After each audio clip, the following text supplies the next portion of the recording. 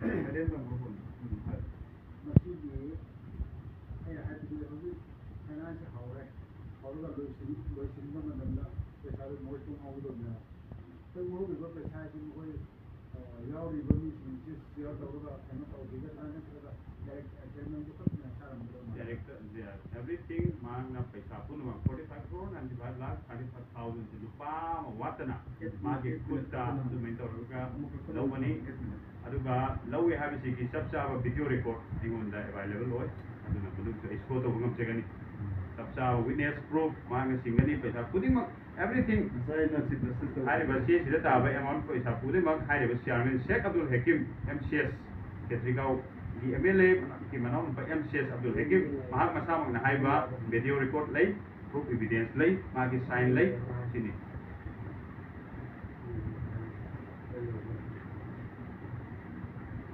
hꯧꯖꯤꯛ ꯃꯤ ꯀꯅꯥꯒꯨꯝꯕ ꯈꯔꯒꯤꯗꯃꯛ ꯑꯩꯈꯣꯏ ꯃꯥ ꯈꯔ ꯍꯟꯈ꯭ꯔꯦ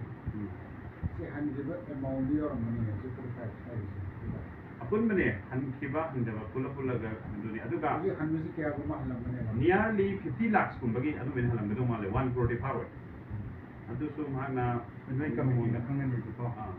ꯑꯗꯨꯅ ꯄ꯭ꯔꯣꯁꯤꯖꯔ ꯂꯩꯕ ꯑꯗꯨ ꯑꯩ ꯀꯩꯅꯣꯝꯇ ꯍꯥꯏꯖꯒꯦ ꯀꯃꯤꯇꯤꯅ ꯈꯪꯉꯣꯏ ꯃꯔꯝꯗꯤ ꯄꯩꯁꯥ ꯌꯦꯟꯕ ꯃꯇꯝꯗ ꯑꯩ ꯏꯁꯥ ꯌꯥꯎꯋꯦꯕ ꯍꯟꯕ ꯃꯇꯝꯗ ꯑꯩ ꯏꯁꯥ ꯌꯥꯎꯋꯦꯕ mi taragi ngasi mi tara samna kudam moina ngasi mi taragi list ko hanwana mi ki hallewa aduna aina thajabada program phana hangin thajade committee de for halena mana adu mi so to kallewa so to kalidu halal finance ta invest to ba mi ki mi thajallewa kudam moina arbada bayar ya se ko invest to deba bayar ya ki la ani halena hajallewa samna abdul sataragi haide halal finance ta related oidaba member oidaba investor oidaba mi haide hapchal laga adu mena taweba haide bina knowledge ni haide staff ni magi manungi likun kari everything adu main tawroga haide yaubani adu marksni na adom ka marks tamdi size ni